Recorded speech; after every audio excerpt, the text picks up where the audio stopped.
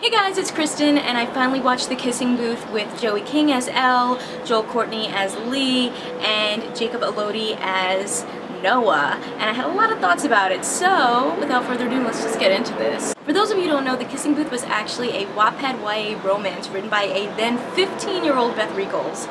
Yeah, that's crazy. The book then won the most popular teen fiction award for Wattpad, and it was read over 19 million times on the site. She was offered a 3-book deal by Random House, and then eventually the book got picked up by Netflix to be adapted into a movie.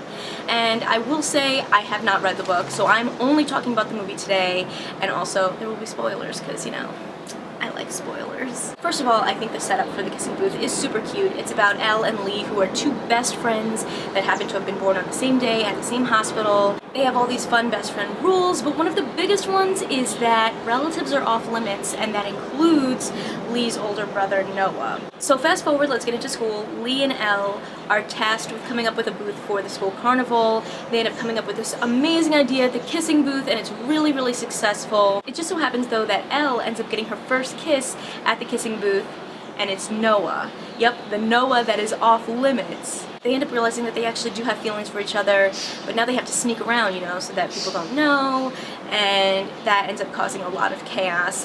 Of course, because it is a YA novel, things end up working out eventually, and they end up spending a lot of time together before Noah goes off to college, and then it kind of ends a little bit more open-endedly, being like, will they actually end up together forever? I don't know. Will there be a sequel? Who knows? So like I said, it's a cute story. The idea of The Kissing Booth, that's so fun, right? But I want to get into some of the things that I did like about the film and some of the things that I did not like about the film. Starting off with some positives, I really thought that Elle and Lee's friendship was so fun. I loved how they had all these different traditions that they would do all the time, like playing Dance Dance Revolution at the local arcade.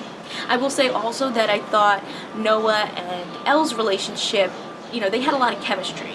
And I think that that makes sense because those two actors are actually dating in real life. So you could see that, you know, that they had a bond. Another thing I liked was that even though Elle and Lee got into an argument about Noah and her relationship with him, I was glad it didn't turn into a stereotypical love triangle. I feel like that's something that's so overplayed and done all the time, where it's like, oh, well, he has a crush on her too, that's why he's, you know, he's jealous, and I hate that. And so to see that it was more of just like he was upset and felt betrayed, and, you know, it was not a romantic situation, so I liked that. Now let's get into some of the things that I felt did not work. First of all, I felt like this film really glamorized abusive tendencies in relationships. I also felt like they did not give us really good background on the characters, so I was kind of like, where's the motivation for this stuff coming from? Some of it did not make sense to me. You know, Noah's supposed to be this like bad boy, which obviously girls love bad boys. Before he and Elle even had an inkling that they even liked each other, for some weird reason, he kept like bullying and threatening other guys who talked to her or wanted to go on a date with her.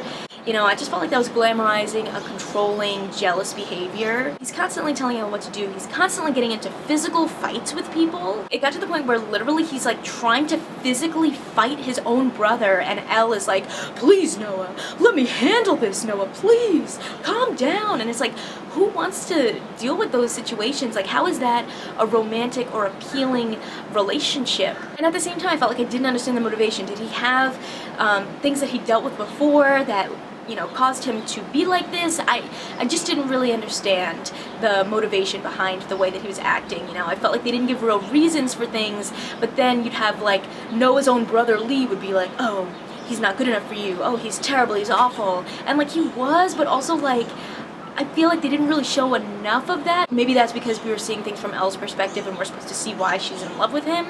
I think it just felt like we were missing some of the character development there. But to me, I just really don't like those tropes that really perpetuate controlling, abusive, possessive, over-the-top behavior in relationships, because I feel like it makes it seem like it's okay, that that's right, that's what you should want, and it's not. Those things are not what you should want in a relationship. You should want someone that respects you, that trusts you, that, you know, you can spend time with and not have to worry that they're gonna be punching people out or telling people to stay away from you. There were also a few scenes where, like, Elle got actually like sexually harassed, and they kind of turned it around into a fun or funny thing, and I don't think that that's like a really great message to send either. You know, there was a situation where she went to school in an outfit that was a little too small for her because she had like a wardrobe malfunction at home, and some guy comes up and grabs her butt. We see her get called to the principal's office. She gets detention. She's worried that she's gonna get suspended for this whole situation that like really isn't her fault. Like, people should just keep their hands to themselves.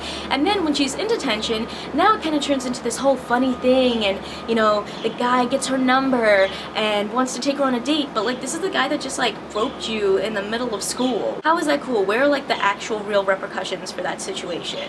And also, like, let's just say this was like a real serious situation. You're gonna put the girl who just got groped in detention with the same guy who groped her?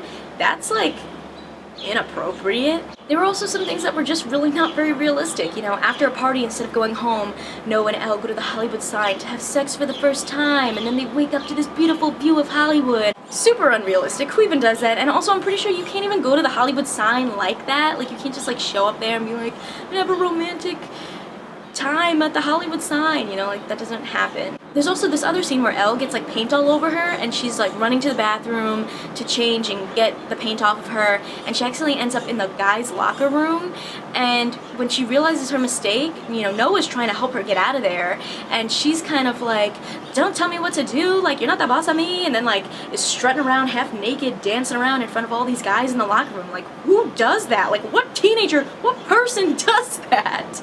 I don't know. I don't. I was hoping to like this film. I like YA, I like romantic comedies, but this film was like so far removed from me. I didn't think any of the scenes or situations that went on were relatable. I thought the romance was kind of problematic. And you know, it's really interesting because critics have said that this movie is like very sexist. They've said it's a really bad movie, but the audience loves it. This is one of like the most popular Netflix movies that they've come out with. And I wonder why that is, and I kind of worry a little bit because I feel like, you know, these young audiences are very impressionable, and you know, while the idea is really cute and it's really amazing that a 15-year-old could write a story on Wattpad and get it turned into a Netflix film, like that's incredible, that's so inspiring. At the same time, I feel like the romance in this story was, you know, outdated and problematic, and just, you know, some of the situations were like, nobody does that. Like, how is that relatable or realistic for teenagers? Maybe it just could be that I'm old. Maybe I'm getting old. I know I look young.